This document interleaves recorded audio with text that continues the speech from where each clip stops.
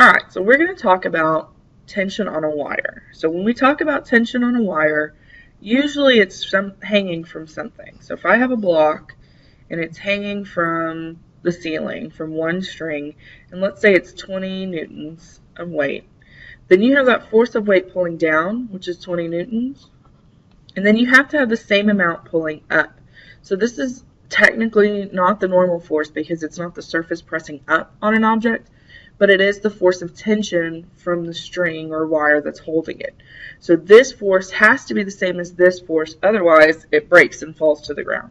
So this tension force, because tension is a force, is equal to the force of weight.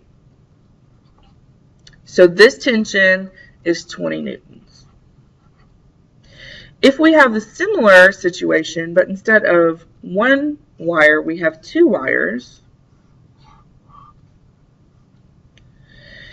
and pretend those are equally distributed, then the force of weight down is now going to be divided amongst the two different strings. So this is 1/2 of the force of weight, and this is 1/2 of the force of weight.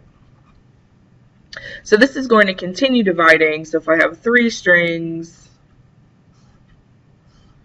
they're all going to divide equally, so 1/3, 1/3, and 1/3 of the force of weight.